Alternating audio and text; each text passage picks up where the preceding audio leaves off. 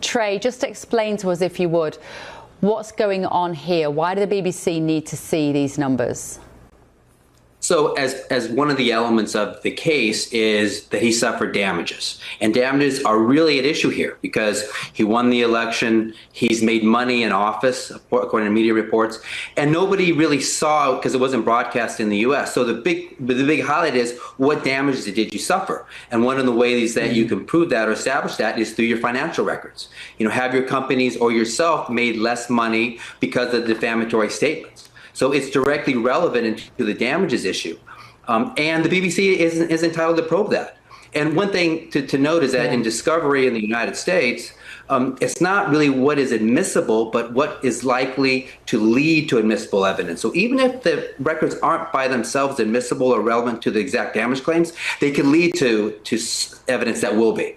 You know, so it's a broad standard, and the BBC has a right to push. So, Jeff, just to explain this, because this documentary went out a couple of weeks, I think it was, before the election, or maybe even the week before, the Trump administration claims, and President Trump and his legal team claim that it was damaging to him to depict him in this way. And he has to, is it up to him to prove it was damaging, or is it up to the BBC to prove that it wasn't damaging? President Trump has to prove it was damaging. And he alleged in his complaint that he was damaged and that his brand was damaged and his ability to earn money in the future would be damaged. So those allegations in the complaint have open discovery wide open for BBC's lawyers to jump through. And do you think he will willingly hand over these figures, Jeff? Because there's often a lot of criticism about President Trump. People say how he's got too much money, he hasn't got as much money as he says, he went bankrupt, there's so much controversy that swirls around what is in those bank accounts. He's not going to want to hand them over.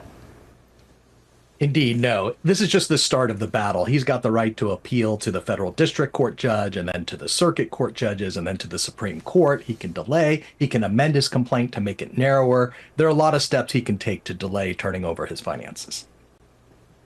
Okay, but do you think, Trey, ultimately he'll have to demonstrate some financial loss because of this documentary?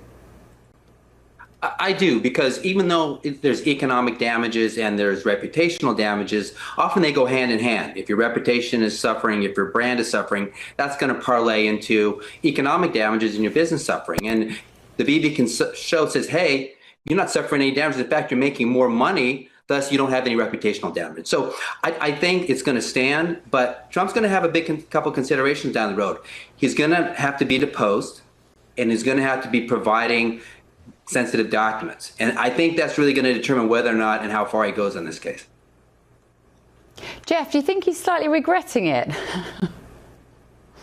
Absolutely. I'm sure he's regretting the way the complaint was worded, and he's going to regret sitting for deposition, and he's also going to regret having January 6th put on trial, because the events of that day are going to be at the forefront of BBC's defense of this case. And why do you think he took issue with this? I mean, I sat and interviewed him actually just as this news broke about the BBC documentary and heard it from him firsthand.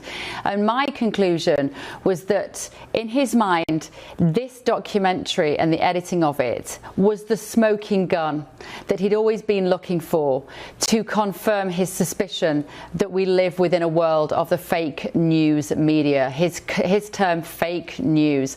And he feels so strongly to be right on that, and in many ways he is right, because the way that President Trump is depicted often isn't accurate.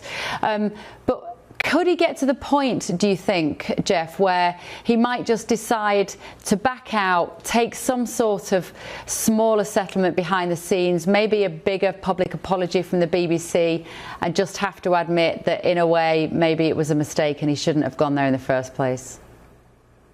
I think you're right. Going to trial is very disruptive to ordinary Americans, much less if you're the president of the United States. So there is a good chance he'll settle. And also keep in mind, this lawsuit was filed around the same time that other media lawsuits were filed.